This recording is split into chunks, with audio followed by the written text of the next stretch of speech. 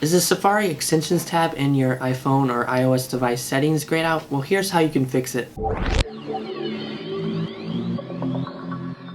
If you're like me, you want to use extensions for Safari on your iPhone or iOS device. They can be very helpful, block ads, all kinds of stuff, etc. But the point is, they aren't always available. As you know, sometimes they look like they're grayed out. You can see they're there, but you can't tap on them, change the on and off switch, etc. But there is a solution for that. I actually had this problem myself. I didn't know why, didn't know what was happening, but I read somewhere on Reddit. It has to do with screen time or content control. So here's how you can fix it. First of all, of course, go to Settings, go to Screen Time, scroll down to Content and Privacy Restrictions. So if you have this on, this could be the issue.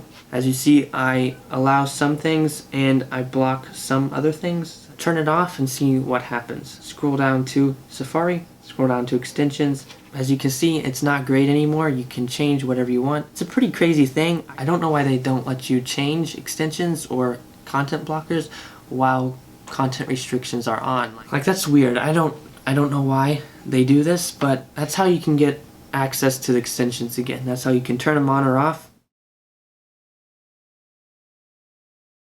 So I'm guessing these settings are for if you're a parent and you're managing your child's device. They don't want the kids messing with content blocking, like turning on stuff or turning off stuff that they're not supposed to. I think that must be it.